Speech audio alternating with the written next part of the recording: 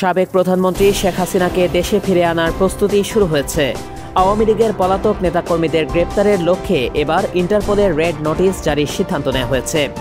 দ্রুত পদক্ষেপ গ্রহণের জন্য পুলিশ মহাপরিদর্শককে চিঠি দিয়েছেন প্রধান প্রসিকিউটর মোহাম্মদ তাজুল ইসলাম। মঙ্গলবার ট্রাইব্যুনালের প্রসিকিউশন সংস্থা এ তথ্য জানিয়েছে।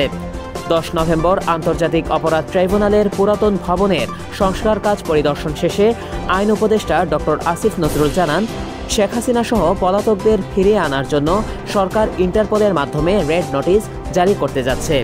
তিনি বলেন, খুব শিগগিরই ইন্টারপোলের মাধ্যমে এই নোটিশ জারি হবে এবং পলাতক ফ্যাসিস্ট চক্রকে পৃথিবীর যেখানেই থাকুক না কেন বিচারের মুখোমুখি করা হবে।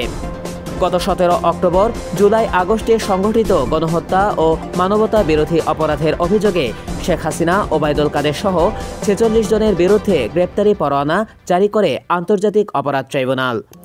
অন্য যে নেতাদের বিরুদ্ধে গ্রেপ্তারি পরোয়ানা জারি করা হয়েছে তারা হলেন শেখ হাসিনা, তার বোন শেখ রেহানা, শেখ হাসিনার মন্ত্রিসভার সদস্য মোহাম্মদ আলী আরাফাত, আসাদুজ্জামান খান কামাল, আনিসুল হক, দীপুমণি, মোজাম্মেল হক, শেখ হাসিনার পুত্র সজীব ওয়াজেদ জয়, সাবেক মন্ত্রী জুনায়েদ আহমেদ পলক, শেখ সেলিম, ব্যারিস্টার ফজলে নূর তাপস, শেখ ফজলে শামস পরশ, সাবেক আইজিপি আবদুল্লাহ আল মামুন, ডিবির সাবেক প্রধান হারুনুর রশিদ, পুলিশের সাবেক কর্মকর্তা বিপ্লব কুমার ও প্রলয় কুমার জোয়ারদার সহ মোট 46 জন।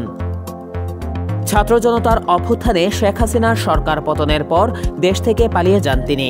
নতুন সরকার গঠিত হওয়ার পর সাবেক সরকার ও আওয়ামী লীগের নেতাদের বিরুদ্ধে একাধিক মামলা দায়ের করা হয়, যার অধিকাংশ ছিল হত্যা মামলা। সেই মামলাগুলোর সূত্র ধরে অভিযুক্তদের বিচারের আওতায় আনার সিদ্ধান্ত নিয়েছে অন্তর্বর্তীকালীন সরকার।